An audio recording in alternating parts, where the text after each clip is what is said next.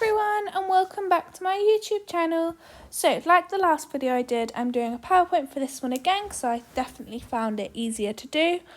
And in this video I'm covering Unit 1, my final piece of Part B. I just forgot to put it on here. My midpoint review. Not my midpoint review, sorry, my Unit 1 review and kind of my midpoint of Unit 1 almost, or even though it's a bit past my midpoint, but kind of a review of everything I've done in Unit 1 so far, my Part C and Part D, what I've done so far, and then my Unit 2 Part A. This was made on the 5th of February, so it'll probably be posted about a week from then, just so you know the time dates. So let's begin. Now, my final piece for Part B, my lettering piece. Like I said last time, I was going to try and do lettering, so I planned out my piece on an online platform called Procreate, so my letters could be mirrored. So I was thinking about what I could do, and obviously when you normally have text on something, it's usually a card. So I was thinking, things coming up, Valentine's Day, I'm just going to do Happy Valentine's Day, so kind of Valentine's Day card design. So I chose a font with all capitals because I thought it would be easier to carve than trying to flip lowercase letters. And I just wrote out Happy Valentine's Day on here, and then when I did the print I added a heart, but I just drew that out onto the lino. So you can see here just changing the formatting, and then I used this button here, fit to canvas, to make sure it was fit to the canvas obviously. And then I went up to this button and found the flip horizontal there, and as you can see that's mirrored it, and that means I can carve that straight onto my piece and it'll be a lot easier. I didn't print it out or trace it onto my line or anything, I just copied it, and that's how that turned out. The photo's not the best, but I'd already started carving slightly until I remembered to take my picture, but that was the picture of just what I drew out, so you can see it's Happy Valentine's Day but flipped. And then this is the heart I was originally going to do, but I decided I didn't like it, so I redrew one over the top. And this is how the prints turned out. So this is the first one. You can see it's not perfect. The A was slightly funny. I think I carved it a bit funny. But other than that, I think it's quite good. The Y got a little bit of ink in, but this was more to challenge me doing text, and obviously I think my text looks quite good. It's definitely perfectly readable. This was another print I did. I didn't have quite enough ink on this one though. You can see I think I pressed it with my fingers as well, not the back of my spoon, but this was just to try out the text more than the actual printing process, and I think my text came out good. It's definitely readable, so that was a really nice new challenge for me, and I think I did it well. So I'm now going to take you to my separate PowerPoint for my Unit 1 midpoint review. We go back on into here. Is that the first one? Yeah, perfect. So midpoint review of my Arts Award, and this is kind of the midpoint of Unit 1. It's a bit further than the midpoint definitely, but this is just summarising Unit 1. And you can see I made this quite a while ago. I've just been super busy. I've been performing in a pantomime, so I've been doing all the last minute practices and the shows and whatnot. So I've been quite busy the past couple of weeks. So what progress have I made on Unit 1 so far? I've fully completed my Part A I had quite a while ago. I've mostly completed Part B, and when I made this I actually thought I would have completed Part B, but I've realised I need to get feedback and do a review of Part B, because I've gone back and checked the lessons of what I need to do, and I need to do a Part B review and I need to get feedback. So I've mostly completed Part C, I've done my reviews, but plan to redo my Clopy one as I just think it could be better. I could improve it, it just wasn't the best review I've done. And then I need to get feedback on my reviews. I couldn't think how to word it, so I need to get my reviews reviewed, but kind of feedback on my reviews. And then I've mostly completed Part D. I've done a questionnaire for being an author, but still need to for a seamstress. I've researched college courses, and I haven't yet, because when I wrote this again, I thought I would have done both of my interviews, my seamstress and author, but I haven't, so I haven't gained experience yet, but I hopefully will when I do my seamstress interview. However, I'd also like to kind of do a summary of what I've learned, some of my key takeaways, what I found out, what I think. etc. And if I still want to kind of do these careers. So what's gone well? What progress have I made?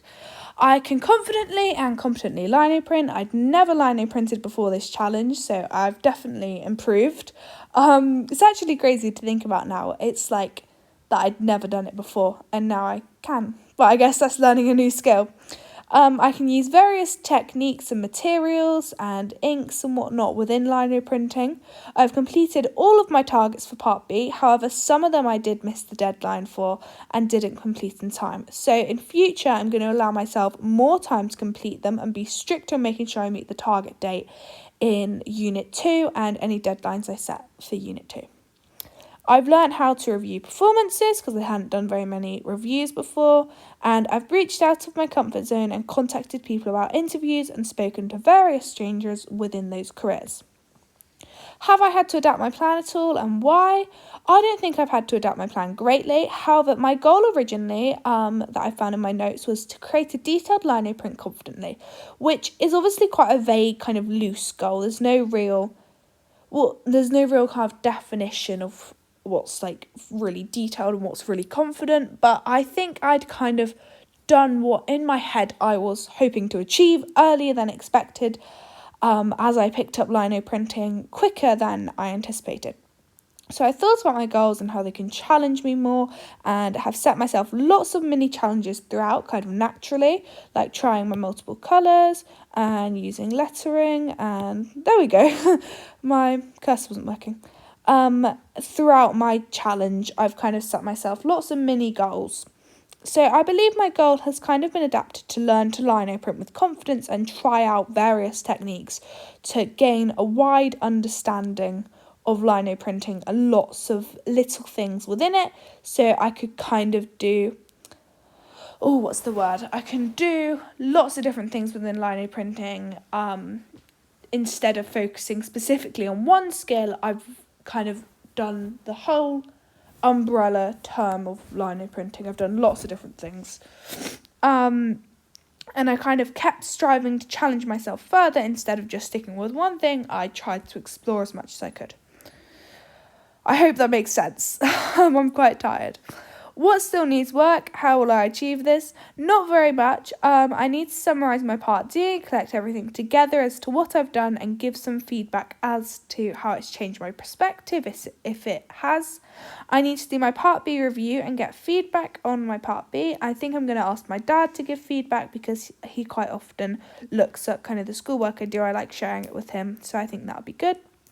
I need to rewrite my Coldplay review, typed this time instead of handwritten so it's easier to share, and then I'm going to create a Google form and share it online to be reviewed.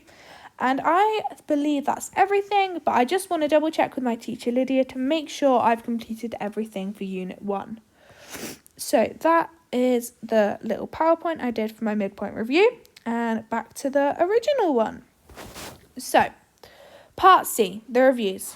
For my second review, I went to see a pantomime of The Wizard of Oz.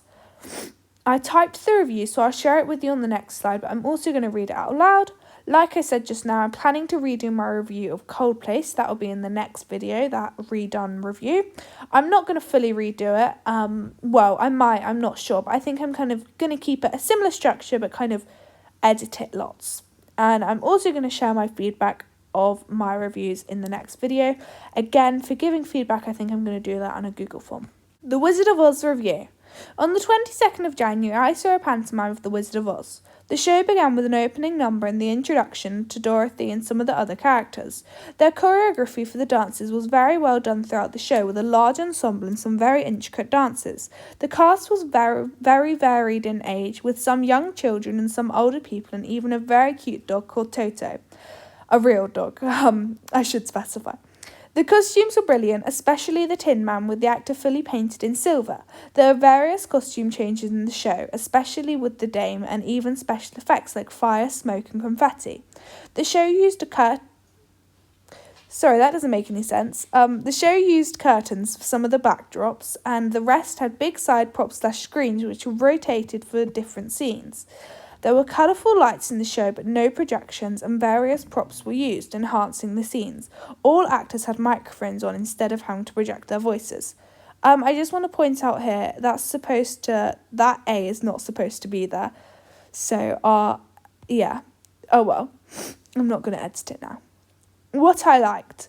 The show was very funny and executed very well. No actors forgot any lines and all stayed professional even when things didn't go quite to plan.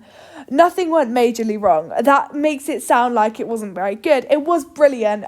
Just in pantomime, things always go not perfectly. Obviously, nothing is perfect. So, the characters were very well developed and each unique in their role and personality, with Aunt Em and the Witch being my favourite.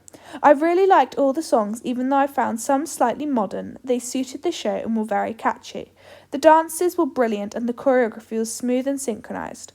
What I disliked. The show was very long, lasting over 3 hours until nearly 10:30, which was quite late for a Thursday night performance. I also think they slightly overdid it on the music. There was a lot of songs which made it feel more like a musical than a pantomime. There was also a lot of references to the outside world, like supermarkets and local towns, which is funny, but I think there was too many. There was a lot of references, especially to Waitrose and local places, which I thought was too much and brought away from the kind of magic and the make-believe world of pantomime. The finale. There was a crowd interaction song near the end which brought up the energy of the show, and four young lads who led it to him were very funny and energetic. In the final song, the whole cast was on stage and Dorothy performed an on-stage costume change. I thoroughly enjoyed it and it would be suitable for any age demographic, but the Saturday Manatee show would be better for young children. It was very funny and well performed, even up until the end, and I would go again. So that's my review. Yeah, that's about it. I think that kind of covered everything on the show. Yeah, that's it really. Now, on to part D, my author interviews. For this, I wasn't sure how I could get feedback. We are in quite a rural area, and obviously we can go to local towns, but there's not that many authors near us, and authors can vary tons. It's such a big umbrella term, there's so many different genres. So I did some brainstorming and decided to create a Google form. By doing this, I could get multiple responses and I could learn about all the different types of authors by the various varied responses. So I shared this on an online Facebook group, and you can see down here, this is the Facebook group I shared it on, called Authors Supporting Authors, and it's got 129,000 members it had at the time. I don't know what it is now, but so there was a good likeliness I'd get some responses. This is the post I put up just with the link to my Google form, and I just put it was for a school project and I explained it more in detail on my Google form. So I got 3 responses, which I was very pleased by because I was hoping to just get at least 1. So I was quite pleased I got 3, and they're all from very varied and different authors. So it's really interesting to see the different niches within being an author and how much my responses do vary. And I'm just going to show you the form I made now and the responses I received. So when I planned to do this, I was going to read through all of my responses. And when I did my previous one before this, that's what I was doing. But it just took so long and the video ended up being ages. So that I'm redoing this video at the moment.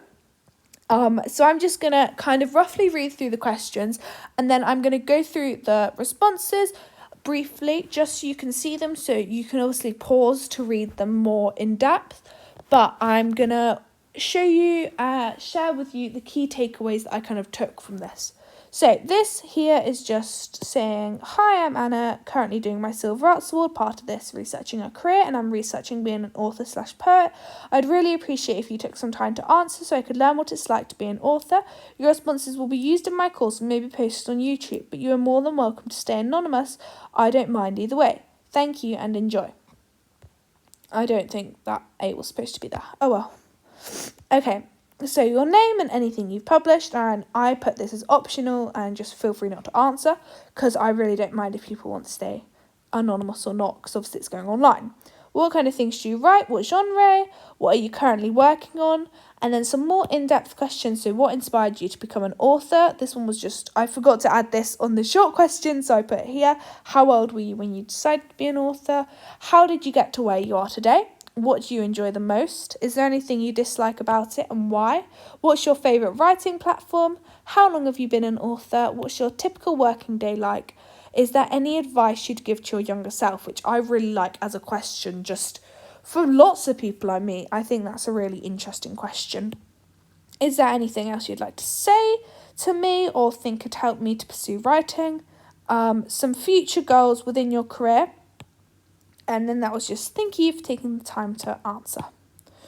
So, like I said just now, I'm just going to briefly go through the responses. Let me go back to the first one. So, this was a person named Justin Halford. They put their full list of things they published on Wikipedia and their recommendation. Lots of different genres that they write. Currently working on a non-fiction about the root of various emblems. I really don't know how to say that word, emblems, in the UK. I keep saying it really funny. I did just now. I'm not sure what's the right way to pronounce it. But yeah. So, what inspired you to become an author? So you can see the questions. And I'm not going through this. So, I really liked this. Just write, and write some more. It doesn't matter what. But I'm not going to go through all of these just because it honestly took me ages just now. So, anything you dislike about it, the silence of literary agents and editing. Typical working day like haphazardous. I cannot speak tonight, I'm very sorry. Try harder, write more, advice to younger self. Anything else you'd like to say? So that's that response. The second one, this was Lachel Avita, I hope I'm pronouncing that right. Publish Christian devotionals, so Christian non-fiction and a Christian fiction anthology. Inspired you to become an author, Jesus, searching for my purpose and calling through prayer and being silent. I heard that I am to be a Christian author because I'm passionate about my relationship with Jesus and want to encourage making disciples. I'm also passionate about reading and writing, so they combined all three and they're in their sweet spot, which is brilliant. So as you can see, the last one, they were 9 when they decided they want to be an author, but now this one, they're 41, so you can see just how much it varies. I like this response. How did you get to where you are today? Perseverance, prayer, hope, and discipline. There's some of the longer answers. Please do feel free to pause and read them. Typical working day.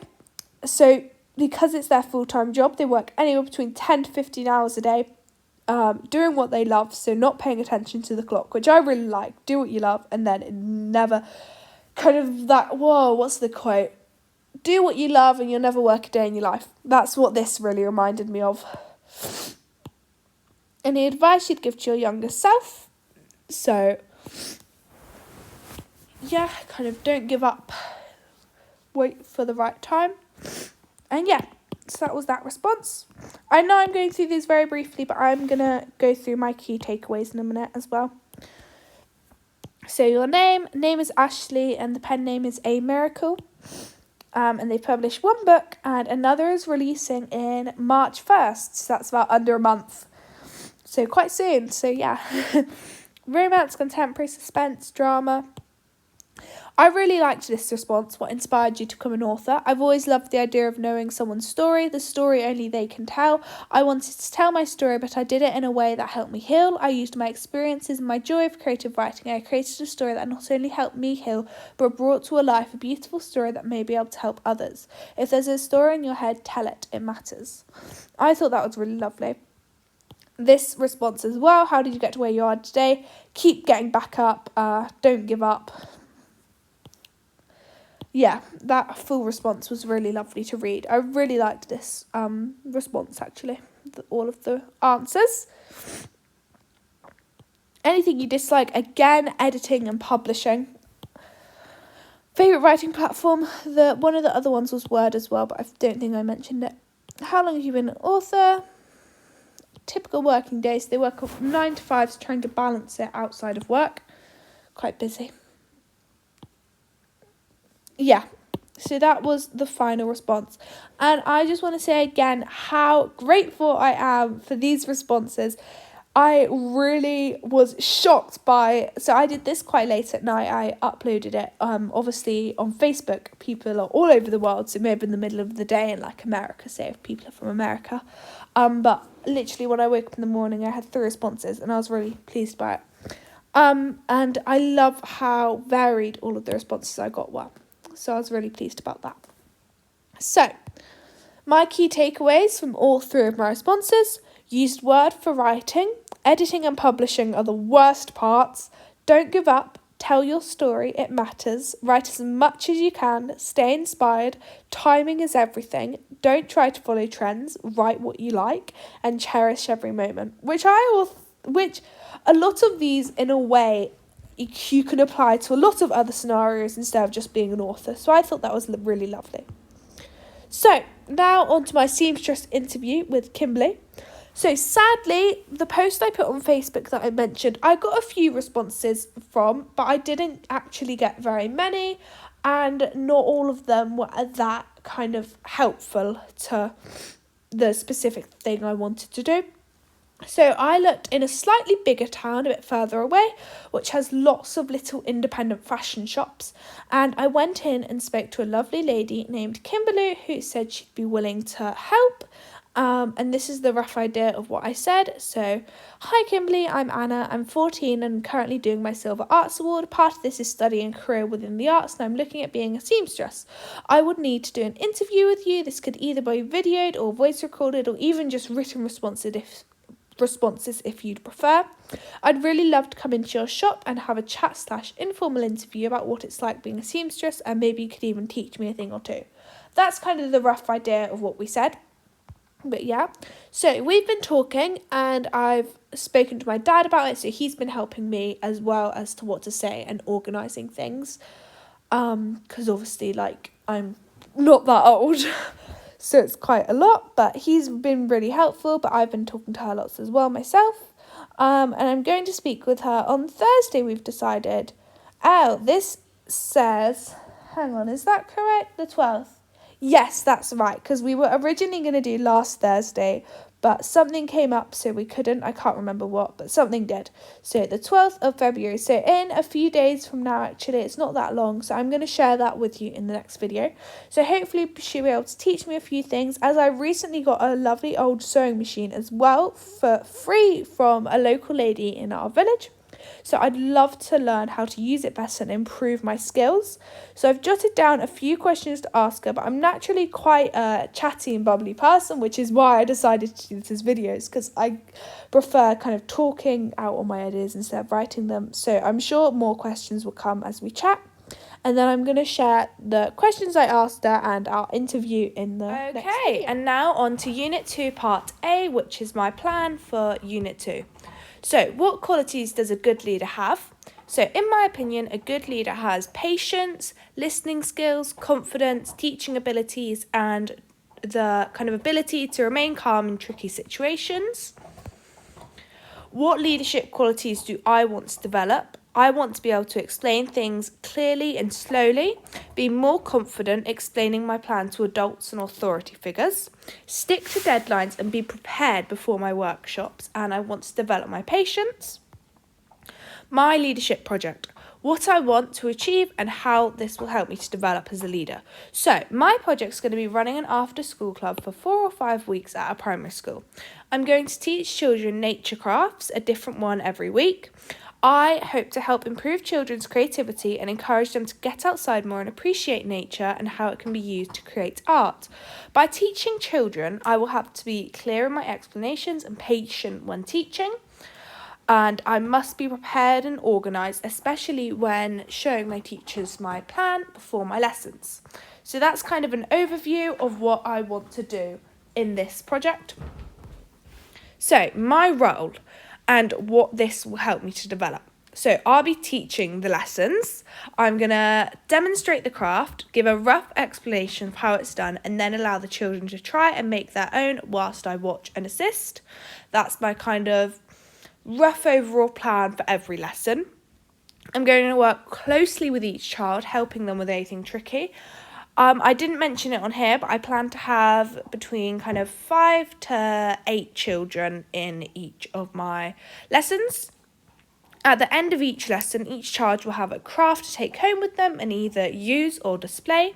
By teaching the lessons, I must be patient with the children and make sure my explanations and demonstrations are clear and simple and concise so the children don't get bored. I must show my lesson plans to teachers and staff before my lessons, developing my confidence and making sure I'm well organised before the lessons. I'm very, very sorry for any background noise. We've got 5 dogs and 2 or 3 of them have decided it's the perfect time to go and chew their bones. So it's quite noisy, but I'm very sorry if you can hear that through my microphone. How will I know I'm developing my skills as a leader? The children will clearly understand what I'm saying and demonstrating and be able to replicate it to the best of their ability. I will feel more comfortable talking to adults and showing my plans to them. I will more consistently stick to my self-set goals. I'll be more prepared before the lessons and have a thorough plan of what will happen in each lesson. And I'll be more patient by allowing children to try it first before helping and only stepping in when they need it. Now, this I found a difficult question to answer. How will I know I'm developing my skills? So I did to the best I could. And I think it will kind of just come naturally, but this was me trying to kind of explain it. Who else will be involved in my project? Who will I work with and what will they be doing? My teacher, Lydia, who teaches me and tells me everything I need to do for my Arts Award. So she will help me to keep track and doing everything on plan. The headmaster of the school, Michelle, will check with the school trust that it's okay for me to do this and watch over me whilst I run the lessons and review how I do. My dad will take me to the school every week and help me with contacting the school. And there may be other teachers at the school who I speak to and help me, and they can also review how I did, but obviously I'm not sure at this point. The children will take part in the lessons, so how can I engage them and make sure they're interesting? Because obviously children have quite low attention spans and they get bored easily. So this was definitely a really good question to ask myself. By making my lessons not too long, it will help them to keep their interest. I think I'm planning on maybe about an hour, but I'm going to speak to the school more as to see what they think.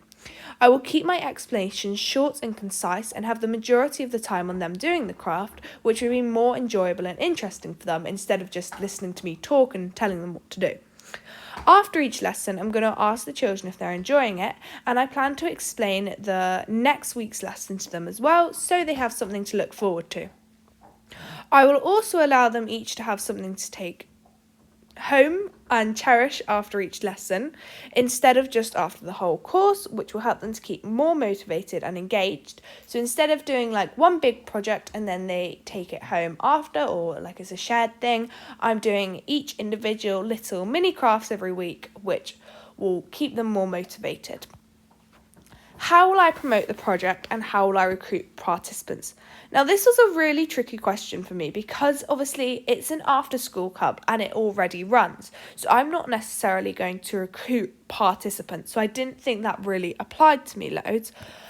However, I'm going to create a short description that the teachers can show the children maybe a week or so beforehand, before I start my lessons, so the children can look forward to it, and potentially a short description of, say, the next term of what they're doing would be emailed to the parents. I'm not sure how it works. I'll also show the teachers my plans beforehand so they can ask the children if any more would like to join. And obviously it will be, in a way, more the school kind of promoting it. Not necessarily promoting it because it's not like a thing you'd sign up. Well, you'd sign up for it, but it's the children. And so yeah, I definitely found this a bit tricky to answer because it's not like kind of say a crafternoon where you'd promote it lots and get people coming. It's children who already go to this school who would then just stay on longer for the after school club. But yeah, that was kind of my plan, and I might add to this more if I come up with some other ideas of how I can promote it. And once I've spoken to the school more, and I'll see if they have any ideas as well. So that's it for my part A. Now, what I want to achieve before my next video. I want to have had my part B reviewed and given feedback and do my own personal review of part B. I want to have received feedback on my part C reviews, and like I mentioned, I want to have redone my Coldplay review. I would have done my seamstress interview, which at this moment I have actually already done, but I'm gonna not include that in this video because it would mean me redoing it, and I need to kind of do my notes on it. But I've done my seamstress interview already and it went really well, so I'm going to put that in the next video, and then I'm just going to do a short summary of everything I've learned and if I've changed my opinion. I kind of went over all of this earlier in my Unit 1 review. And then I want to have started my Unit 2 Part B, with risk assessments, more contact with the school, and further my detailed plans and goals. I'm not too sure of what specifically Part B consists of, so I'm just going to try and get it more complete and start that. So thank you for watching. I hope you enjoyed it, and I'll see you in the next one. Goodbye.